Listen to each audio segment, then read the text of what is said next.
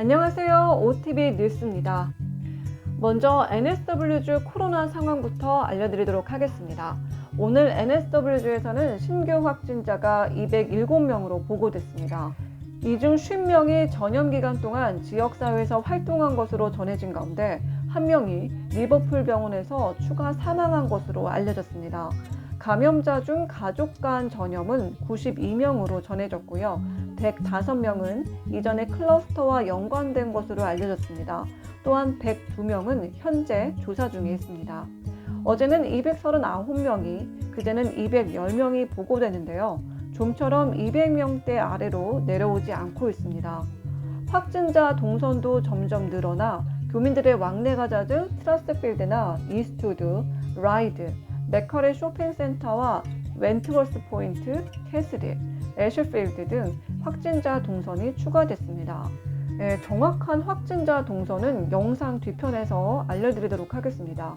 또한 오늘 300명에 가까운 호주군이 8개 고위험 지역에 배치된 가운데 무장하지 않은 상태에서 락다운 지원 업무를 하기 시작했습니다.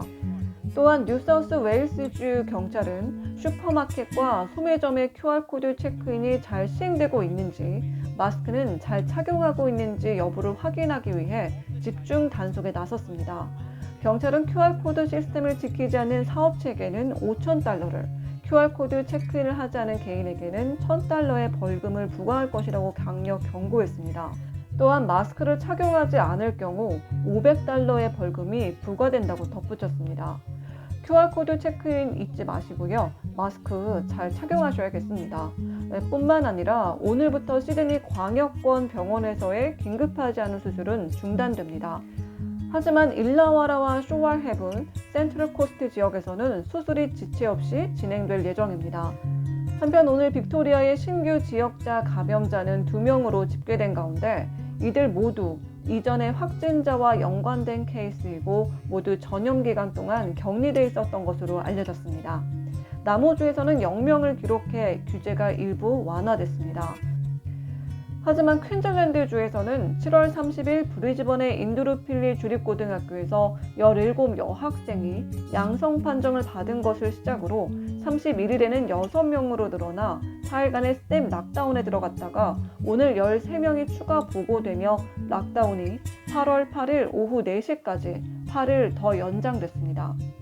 델타 변이 바이러스다 보니 전파력이 빠른 것 같습니다.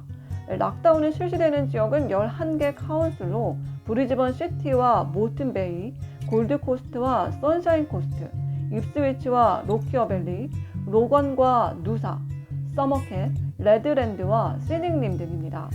이와 관련해 퀸즐랜드주는 연간 매출이 $75,000 이상으로 이번 락다운으로 인해 매출이 30% 이상 감소한 비즈니스를 대상으로 $5,000를 지원할 예정이라고 밝혔습니다.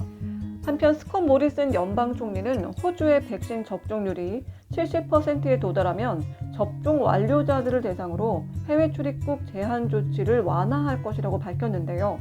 NSW주 총리 글래디스 베레지클리아는 NSW주 백신 접종률이 50%에 도달하면 8월 28일부터 락다운에서 벗어나기 시작할 수 있을 것이고 더 많은 선택지가 있을 것이라고 말했습니다. 이는 감염자 숫자보다 접종률 증가에 초점을 맞춘 것으로 주목되는데요. 단 완전한 자유를 주는 것은 아니며 일부 규제가 완화될 것임을 시사했습니다. NSW주에서는 현재까지 성인의 약 20%가 2차 접종을 완료한 것으로 알려졌는데요.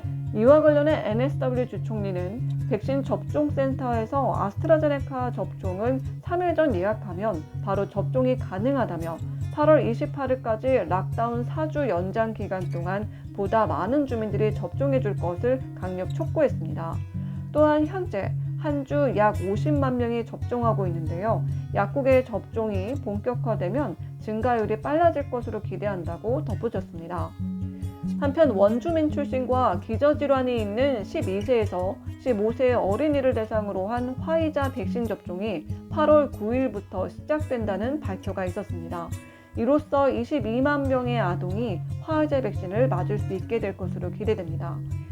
이런 가운데 코비드19 효력을 감소시킬 수 있는 새로운 항바이러스 알약이 곧 호주에서 이용될 수 있을 것이라는 희망 섞인 소식이 있었습니다. 연방정부는 여러 제약회사와 협상 중이며 며칠 안에 새로 개발된 항바이러스 약물에 대한 계약을 체결할 것으로 예상됩니다.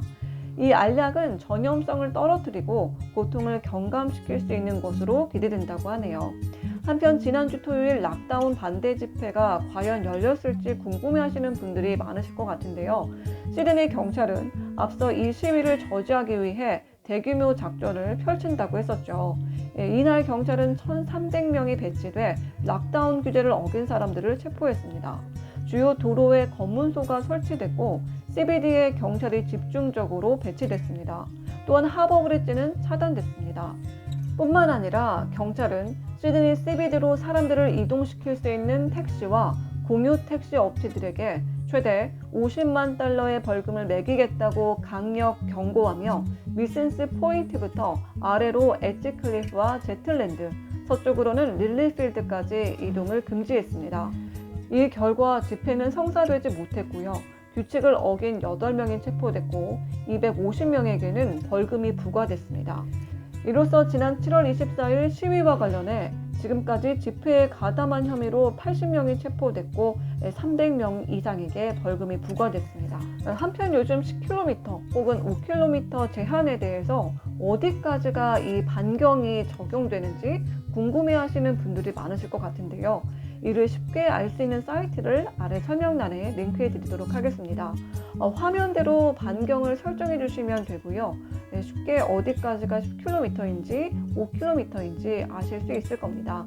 또한 백신 접종이 어디에서 언제 가능한지 검색하고 싶으신 분들이 계실 텐데요. 마찬가지로 아래 설명란에 링크 걸어드리도록 하겠습니다. 참고하시면 좋을 것 같아요.